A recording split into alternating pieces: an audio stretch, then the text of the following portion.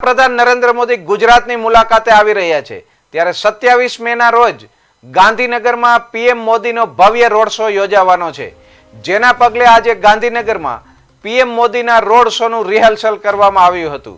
Police કર્મચારીઓ અને અધિકારીઓ રિહર્સલમાં હાજર રહ્યા હતા। ગાંધીનગર જિલ્લા પંચાયતથી મહાત્મા મંદિર સુધી રોડ શો યોજાશે। ઓપરેશન સિંદૂરની સફળતામાં સૈનિકોના સન્માનમાં રોડ શો યોજાશે। વડાપ્રધાન નરેન્દ્ર મોદી ગાંધીનગરમાં રોડ શો યોજવા જઈ રહ્યા છે। તેમની સુરક્ષા માટે રાજભવનથી મહાત્મા મંદિર સુધી 3000 થી વધુ પોલીસ જવાનોનો બંદોબસ્ત ગોઠવવામાં આવ્યો છે।